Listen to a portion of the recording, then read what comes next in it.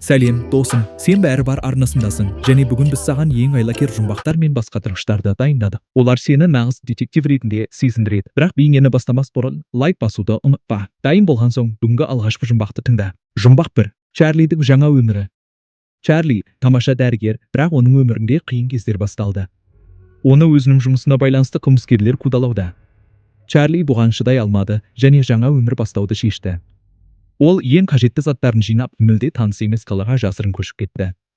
Чарлиде ақша аз, және оның тұратын жер жоқ. Ең бірінші ол жұмыс іздеуі керек еді.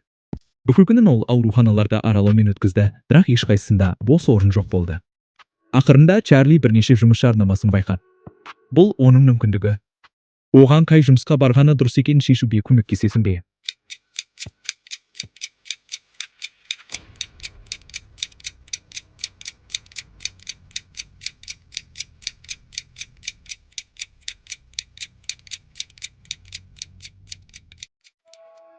Өрт сөндіруші жұмысы Чарлиге жарамайды, өйткені ол дәрігер. Басқа нұсқалар жаман емес. Ал орманшы жұмысы өте қолайлы. Себебі Чарлиге баспана беріледі, және оның тұратын жері жоқ. Видео басталмас бұрын сіздерге Neurobrain өнімін ұсынамын. Neurobrain бұл мидың белсенділігін арттыратын өнім. Оқу, жұмыс немесе басқа да тапсырмаларды жылдам орындау үшін керемет көмекші. Neurobrain сіздің миыңызды жылдамдатып, жаңа ақпаратты жеңіл меңгеруге көмектеседі. Жұмбақ 2. Ұрланған сафина. Полиция қызметкерлерін зергерлік дүкенге шақырды. Онда күндізгі уақытта бриллиантты сафина ұрланған. Полицейлер келген кезде ұры қашып кеткен еді. Камера жазбасынан оның көлікші ғимаратқа кіргені байқалды. Ол жерде жылдың ең керемет кеші өтіп жатыр еді. Адам көп, музыка қатты ойнап тұр, қылмыскерді табу қиынға соғады. Полиция бірнеше қызды сұрастырды, және олардың біреуі ой екеніне сенімді. Оны таба аласың ба?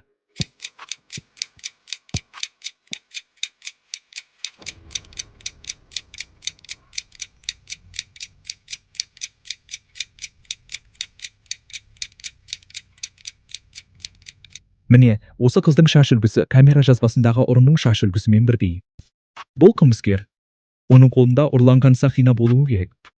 Жұмбақ 3. Дауылдан кейін. Қалада жойқын дауыл өтті, және одан кейін біртүрлі жағдайлар орын ала бастады. Тұрғындарға барлық күдікті жағдайларды табуға көмектес.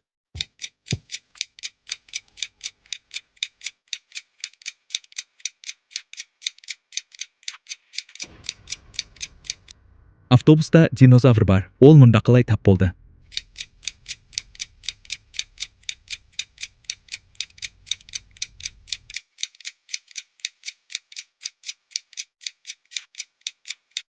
Такси жүргізушісінде 3 қол бар. Бұл өте оғаш.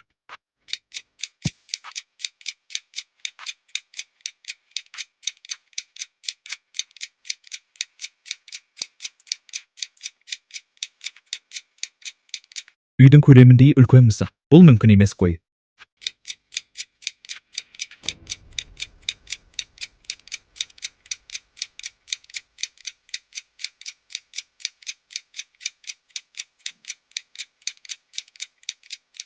Келесі жолы қандай оғаш нәрсені байқағаныңды пікірге жаз. Дұрыс жауаптарды лайкпен белгілейміз. Жұмбақ 4. Қар адамы. Ғалымдар тауларда біреу оғаш құбыжықты көргенін айтты. Ол қар адамына ұқсайды екен. Оның денесі үлкен, түгі аппақ. Мүмкін ол қауіпті шығар. Гарри бұл жаңалыққа қатты қызығып, қар адамына өз көзімен қарау үшін экспедиция аттанды. Ол суретке түсіруді де ойлаған. Бірақ бір күн бойы тауларда араласа да, жергілікті тұрғындардан басқа ешкімді кездірмеді. Гарри тағы бірнеше күн тауда қалуды шешті, бірақ оған түнейтін жер керек болды. Бір тұрғын оған алаңқайда от жағып түнеуді ұсынды. Екіншісі тар үңгірге баруды айтты. Ал үшіншісі биік ағашқа шығып түнеуді ұсынды. Сен қалай ойлайсың, Гарриге қайсысын таңдау керек?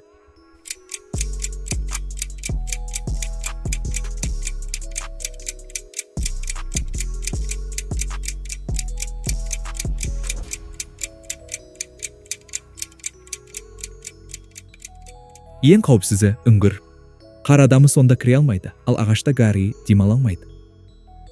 5-ші жұмбақты бастамас бұрын Neurobrain'нің артықшылықтарын бөлісе кетейін. Neurobrain мидың жұмысын жылдамдатып, зейініңді шоғырландыруға көмектесетін ерекше өнім. Негізгі артықшылықтары: есте сақтау қабілетін жақсарту, ақпаратты жылдам қабылдау және тапсырмаларды тиімді орындау. Бұдан бөлек ол стрессті азайтып, миыңды шаршатпай, жалпы өнімділігіңді едәуір арттырады. Жұмбақ 5. Ұрланған көлік. Қалада мереке өтіп жатыр, және соңында автокөлік ойнатылуы керек еді. Барлығы сол сәтті күтуде, бірақ дәл ойнатудың алдында көліктің жоқ екені белгілі болды. Жүргізуші детективті шақырды. Адамда наразылық білдіріп жатыр, және көлікті ұрлаған адамды тез табу керек. Күдіктілер Фил ауылда тұрады, оның көлігі жоқ, тек аты бар екенін айтты. Джаки тек адал жарыстарды жақсы көретінін, ұрлық жасамайтынын айтты. Луиза көлікті күйеуі үшін ұтқысы келгенін, ал ұрлыққа көңілі қалғанын жеткізді.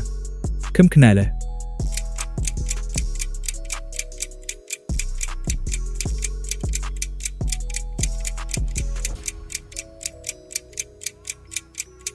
Фил көлік керек емес екенін айтқанымен, қалтасынан кілттер табылды.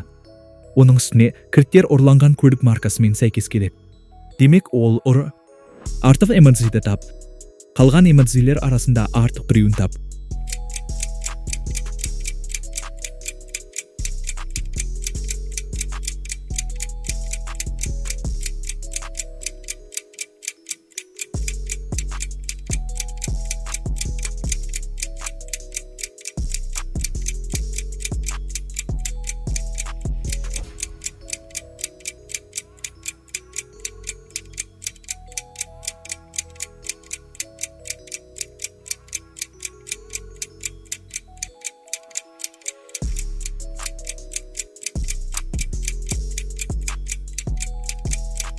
Осымен бүгінгі жұмбақтарымыз аяқталды. Сен нағыз детектив болдың. Егер видеоны ұнатсаң, лайк басып арнаға жазылуды ұмытпа. Ал егер барлық шешімдерім дұрыс болса, келесі видеода қайта кездесеміз. Бізбен бірге бол, қызықты жұмбақтар мен басқа тырғыштар алда әлі көп. Келесі кездескенше сау бол.